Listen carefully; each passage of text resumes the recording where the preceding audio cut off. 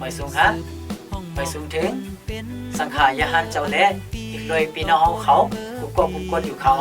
ไม่สูงดังเสียงค่ะปีเก่า2เฮงปักไป15นี้ก็เดี๋ยวป่นกว่าเย้าค่ะเนาะ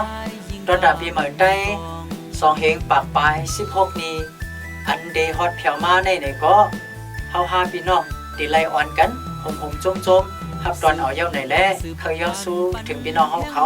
เฮาอยู่ดีเสื้อสาเฮามีมังกลาตึกโตตึกเจอกูเจ้ากูป้ากูเกาะกูโกนกูขุนกูนางกูเฮากูเฮิรนเสกัมเฮาอยู่ดีกัดเย็นเฮารอดเพเขียนกูลองเสกัมค่ะดังนั้นพี่น้องเขาเฮ็ดเคยสร้างนาการฉะนั้นก็เฮาขึ้นเจอไม่สูงเสกัมแทงลองนึงแต่พี่น้องไต้เฮามาอยู่เมืองแล้วก็ดีลองการเจอเงินใครเฮาลองการเจอคือเฮาลองฟิงทุ่งเฮาลองภาษาเฮาจะไหนอย่าปีลงไปลืมค่ะมันกัน10เฮ็ดกว่าค่ะแทงลองนึงก็ค่อยๆพี่น้องไต้เฮาหมอหักหมอแป้งกันหมออุบหมอลาดกันบางเจออันอำป่องเจอกันทางพิษทางเปิงกันฉะนั้นก็เฮาหมออุบโอกันเฮาหมอเข้าหากันไว้เสียกำค่ะไม่สูงค่ะไม่สูงฮะไม่สูงถึงสังขารยาหันเจ้าและอีกเลยปีน้องเขากุกกุกกวนอยู่เขา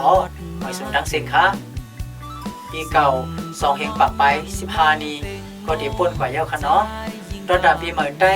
2เฮงปักไป16นี้อันเดฮอตเพียวมาในก็เฮา5พี่น้องติไลอ่อนกันห่มๆจมๆฮับตอนเอาเย้าไหนแลเคยย้อนสู้ถึงพี่น้องเขา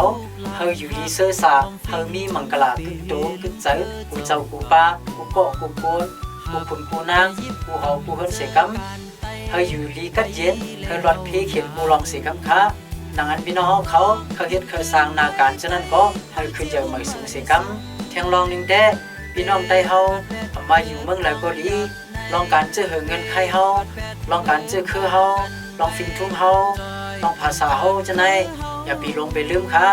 มันกัน10เฮ็ดกว่าค่ะแทงลองนึงก็ค่อยๆพี่น้องไต้เฮาหมอหักหมอแป้งกันหมออุบหมอลาดกันบางเจออันอำป่องเจอกันทางพิษทางเปิงกันฉะนั้นก็เฮาหมออุบโอกันเฮาหมอเข้าหากันไว้เสียกำค่ะไม่สูงค่ะ